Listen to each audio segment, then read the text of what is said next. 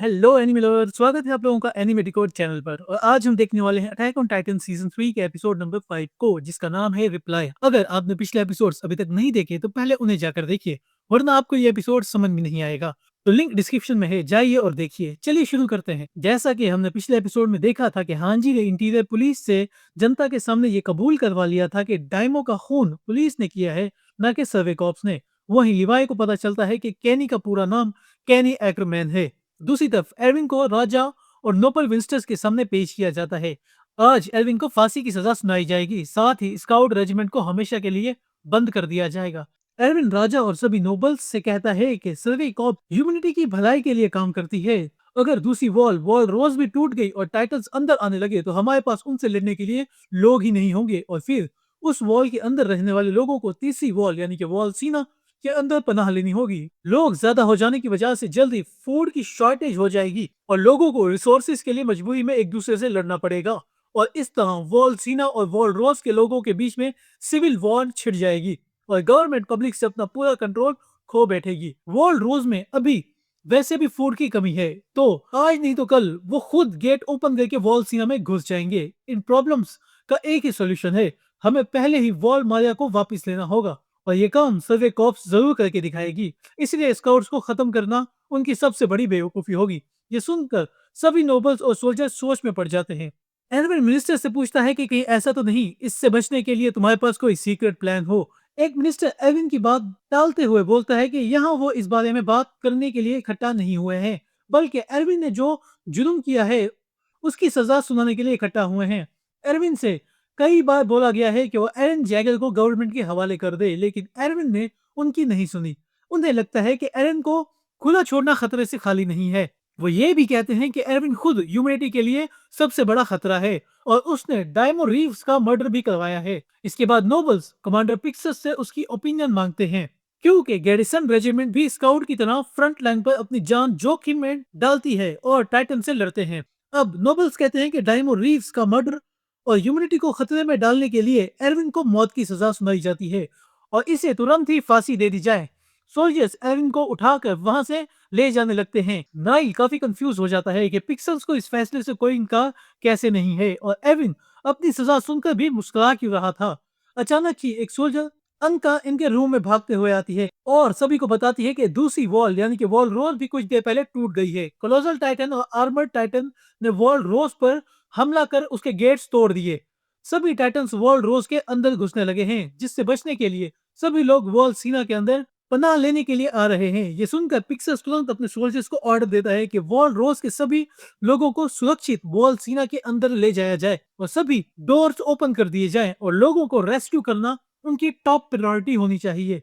लेकिन तभी एक नोबल कहता है कि ऐसा नहीं होगा, सभी डोर्स बंद कर दिए जाएं, हम वॉल रोज का एक भी रेफ्यूजी अंदर नहीं लेंगे। नाइल कहता है कि ऐसे तो वॉल रोज के सभी लोग मर जाएंगे। नोबल कहता है कि अगर उन्हें अंदर लाया गया तो एक नोबल कहता है कि हमें डरने की जरूरत नहीं है, वो पावर हमें मिल चुकी है और कुछ समय में वो वेसल के पास ट्रांसफर हो जाएगी। हमें लॉर्ड रेस के लौटने का इंतजार करना है। मतलब सच में इन लोगों के पास कोई सीक्रेट प्लान है, और ये क्या है हमें आने वाले एपिसोड्स में पता चलेगा। अगर आप इस वीडियो में यहाँ तक पहुंच गए हो तो प्लीज चैनल को सब्सक्राइब कर दो और वीडियो को लाइक कर दो। नोबल्स सोल्जर्स पर चिल्लाते हैं कि यहाँ खड़े मत रहो, जाके सभी गेट्स को बंद करो।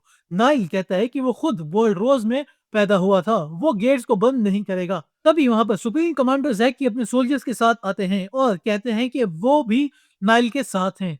पिक्सस जैकी से कहता है कि मैंने तो पहले ही कहा था ना, ये नोबल्स कितने बड़े कमीने हैं। जैकी सभी को एक्सप्लेन करता है कि अभी उन्हें जो खबर मिली है वो एकदम झूठी फर्जी है, किसी टाइटन ने अटैक नहीं किया है और वॉल रोज बिल्कुल ठीक है। ये असल में एक प्लान था राजा और नोबल्स की असलियत सबके सामने लाने के लिए।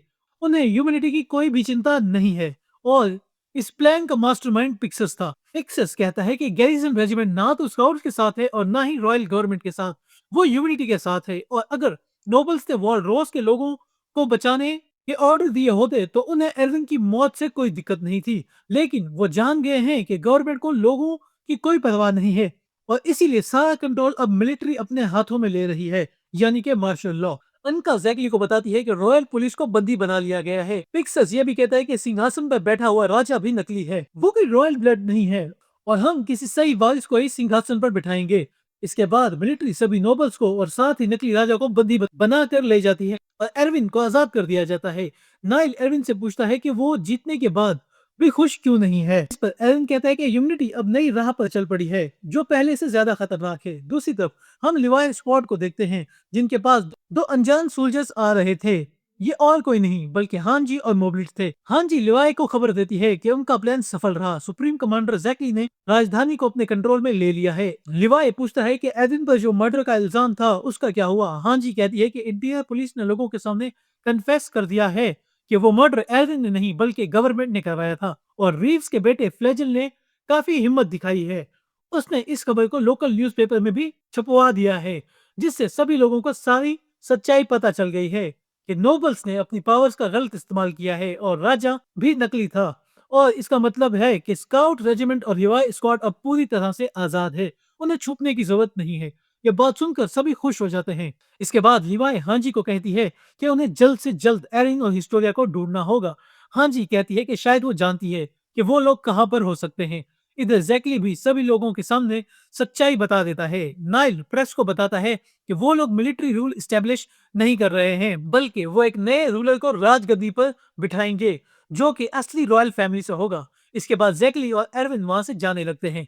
एरविन को डाउट था कि उन्होंने गवर्नमेंट को हटाकर कोई गलती तो नहीं की। वो लोग जैसे भी थे लेकिन अभी तक उन्होंने ही ह्यूमनिटी को जिंदा रखा था। जैकली कहता है कि अगर तुम्हें इतनी ही चिंता है तो तुम्हारा मर जाना ही ज्यादा अच्छा था। जैकली ने उसका साथ इसलिए दिया क्योंकि वो हमेशा से गवर्नमेंट से नफरत करता था।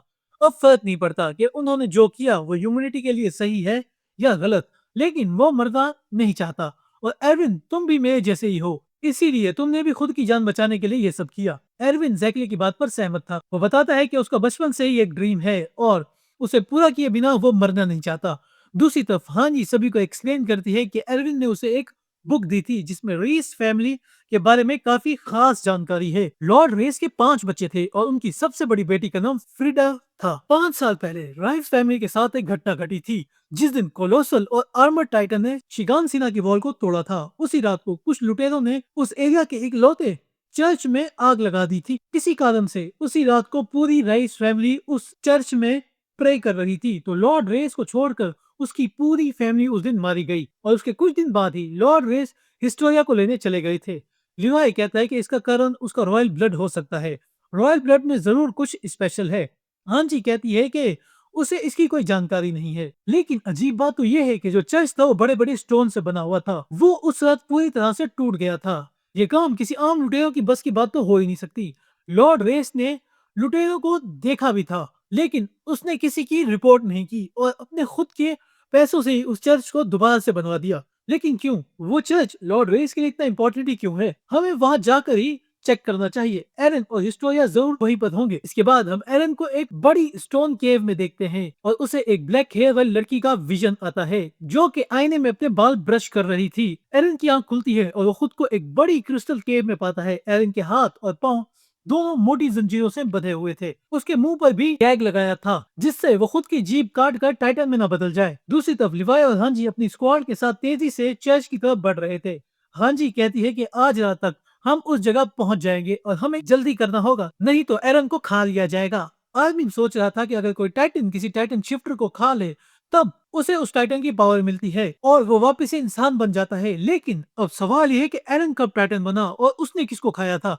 और जिस केव में एरन है इसी जगह पर वो लोग टाइटन पावर्स को एक पीढ़ी से दूसरी पीढ़ी में ट्रांसफर करते हैं। यहाँ की जो क्रिस्टल्स की दीवारें हैं ये भी किसी टाइटन पावर की वजह से ही बनी है। और इसी के साथ हमारा ये वाला एपिसोड एंड हो जाता है। तो दोस्तों आपको ये एपिसोड कैसा लगा कमेंट करके जरूर बताइएगा। और एरविन ने अपनी जान बचाने के लिए जो मास्टर प्लान बनाया था उसके लिए कमेंट में अपनी ओपिनियन जरूर बताइएगा। अगला एपिसोड काफी इंपॉर्टेंट होने वाला है। उसमें हमें पता चलेगा कि लॉर्ड रेस ने एरन को क्यों किडनैप किया है, एरन को अपनी टाइटन वाली पावर कब और कैसे मिली थी, साथ ही एरन के फादर का एक घिनौना राज भी खुलने वाला है। तो ये सब जानने के लिए अगले एपिसोड को बिल्कुल मिस मत करना। बाकी वीडियो पसंद आए तो वीडियो को लाइक कमेंट और शेयर जरूर करना और चैनल को सब्सक्राइब नहीं किया है तो जल्दी से सब्सक्राइब करके बेल आइकन दबाना।